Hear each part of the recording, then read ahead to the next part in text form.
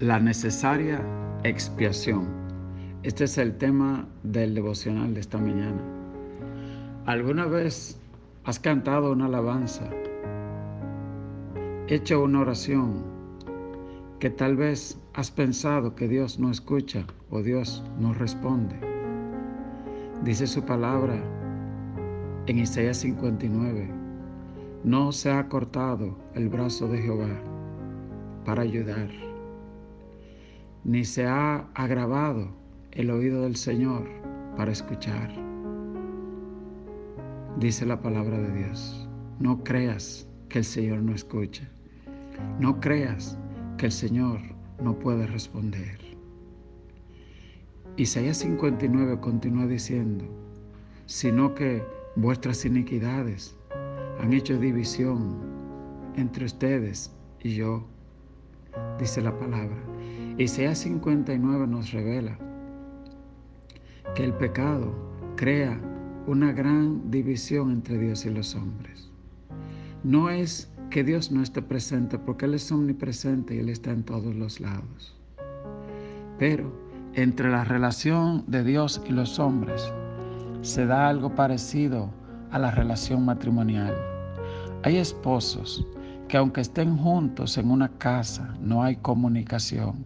A veces uno duerme para un lado, otro para otro. A veces uno está en una habitación y otro en otro. Algo se rompió. Y yo sé quién es el que viene a robar, a matar y a destruir. La Biblia dice que es Satanás. Pero también la Biblia dice que todo don perfecto viene de Dios. Es imprescindible que nosotros como seres humanos estemos siempre en comunión con Dios. Y de eso habla la clase de hoy: la necesaria expiación.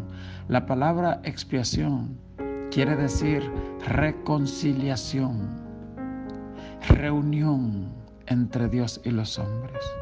Y para que se dé esa reunión, esa pared debe ser quitada. Es como entre las parejas. Alguien tiene que humillarse e ir donde la otra persona y decirle: perdóname, yo pequé, yo te ofendí, perdóname. Generalmente la persona que ofende es la que pide perdón, pero en el caso de Dios, nosotros fuimos los que le ofendimos con el pecado, los que provocamos la muerte de su Hijo amado. Pero fue Él que se hizo hombre y vino aquí a la tierra a morir y dio su vida en la cruz del Calvario. Y por eso Él nos pide a nosotros perdonar a los que nos han ofendido, porque Él nos amó primero a nosotros. Y es por eso que cuando leemos sobre lo que Él hizo y de la manera que Él nos amó, y la gran paciencia y la gran misericordia que Él tuvo para con nosotros, eso hace que nuestro corazón, como dice esa alabanza, mi corazón entona la canción, cuán grande es Él, cuán grande es Él. Y hace que nosotros le alabemos. Y esa alabanza y esa oración de gratitud a Dios sube como un perfume de olor grato ante la presencia de Dios. Y la clase de hoy habla de un rito que Dios les mandó. Era quemar un incienso que tenía una elaboración especial. Y Él mandó hacer un altar que se llama el altar de incienso. Esta especia, cuando se quemaba, llenaba el altar de un olor fragante, de un perfume. Y eso mismo hace la oración tuya. No solo es escuchada en el cielo, perfuma el trono de Dios, perfuma tu casa, perfuma tu vida. Hay lágrimas que perfuman. No todas las lágrimas son de angustia y aflicción. Hay lágrimas que perfuman el alma y perfuman las cámaras celestiales de Dios. Esas lágrimas que se producen en medio de la intimidad con Dios ante su presencia. Es un incienso de olor fragante. Leemos Éxodo 30, del 1 al 16. Harás asimismo un altar para quemar el incienso. De madera de acacia lo harás. Y esto solo representa a Cristo sobre una madera quemando un incienso. El Hijo de Dios ofreciéndose en olor grato por nosotros. Dice la Biblia que un día Isaac olió a uno de sus hijos y dijo: mire el olor de mi hijo. Él estaba oliendo al pequeño y le olió al hijo mayor, porque el hijo menor se cubrió del olor y de la vestidura del hijo mayor. Y eso fue lo que hizo el hijo mayor, Jesús.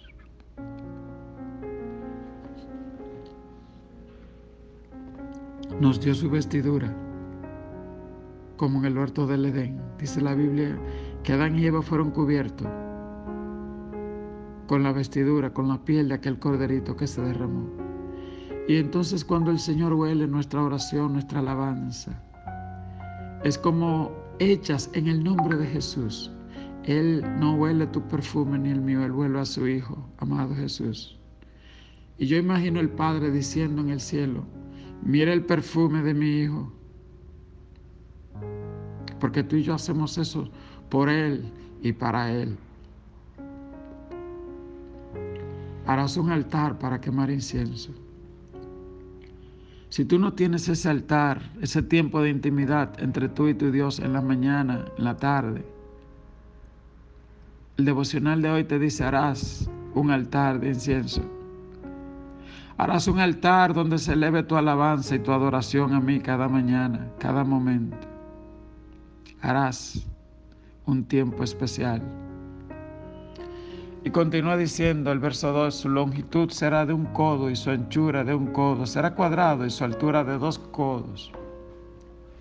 Y sus cuernos serán parte del mismo. Este altar se parece al que estaba afuera, tenía cuernos. Y yo le explicaba que la cruz tiene 4 terminales, 4 puntas. Y así era el altar. Y en cada una de esas partes se ponía sangre en el altar del holocausto de afuera. En este no, en este lo que se ponía era olor fragante. ¿Qué significa esto? Que antes de nosotros producir un olor fragante, primero tenemos que estar dispuestos a morir a nuestros pecados, a confesar, a arrepentirnos. Y entonces, cuando eso se produce en el patio, en el atrio, entramos al lugar santo y ya ahí se produce otro tipo de alabanza. Ya no es confesión y arrepentimiento, ahora es olor fragante. Hay personas que quieren presentar olor fragante sin haberse arrepentido de corazón. Y entonces lo que producen es incienso extraño, fuego extraño. Y entonces Satanás es quien utiliza ese incienso, esa adoración, esa oración, y engaña mucho. Por eso dice la Biblia que en aquel día muchos van a decir: Señor, pero en tu nombre echamos fuera demonios, hicimos esto, hicimos aquello. Y el Señor les va a decir: nunca te conocí. Porque no estuvimos dispuestos a humillarnos, a morir a nuestro orgullo, a nuestro pecado, a nuestra arrogancia. Y dice el verso 3: y lo cubrirás de oro puro, esa cobertura de oro de pureza. Esta alabanza dice: revísteme de tu santidad, Señor. Nosotros somos revestidos por la sangre de Cristo y lo revestirás. Ese altar somos tú y yo de holocausto, sin incienso que se quema nuestra alabanza, pero cubierto con la sangre de Cristo. Y lo cubrirás de oro puro, su cubierta, sus paredes en derredor y sus cuernos. Y le harás en derredor una cornisa de oro. Le harás también 2 anillos de oro debajo de su cornisa, a sus 2 esquinas, a ambos lados suyos, para meter las varas en que será llevado. Estos instrumentos eran tan santos que los hombres no podían tocarlo. Y por eso Dios dijo: hagan cornisas en ambos lados. Y en esas cornisas se introducían unas varas, y los levitas, solo los levitas podían llevar esos instrumentos, pero sin tocarlo. Las varas lo levantaban, pero nadie podía tocarlo. Eso es lo que significa santidad, algo apartado para Dios. Tú y yo hemos sido apartados para Dios. El verso 6 dice: y lo pondrás delante del velo que está junto al arca del testimonio, delante del propiciatorio, que está sobre el testimonio, donde me encontraré contigo. Era ahí que se quemaba ese incienso, justo delante del velo. Ese velo representa a Cristo. Dice la Biblia que representa el cuerpo de Cristo. Ese velo era lo que separaba el lugar santísimo del lugar santo. Pero ese velo tenía un misterio, tenía una rajadura, una rasgadura en un lado. como el costado de Cristo fue rasgado en un lado, y por esa rasgadura era que el sumo sacerdote entraba al lugar santísimo. Hay una alabanza también que dice: yo entro al lugar más santo a través del Cordero de Dios. Aleluya. Continúa el verso 7 diciendo: y Aarón quemará incienso aromático sobre él cada mañana. Cuando aliste las lámparas, lo quemará. Qué cosa tan preciosa. Mientras Aarón iba preparando las lámparas, echando el aceite, el incienso iba ascendiendo. Qué cosa tan extraña. Hay veces que mientras tú estás tal vez haciendo una labor, Dios va haciendo otra por ti. Como tú lo buscaste en la mañana, el Espíritu Santo sigue produciendo, aleluya, incienso santo para ti.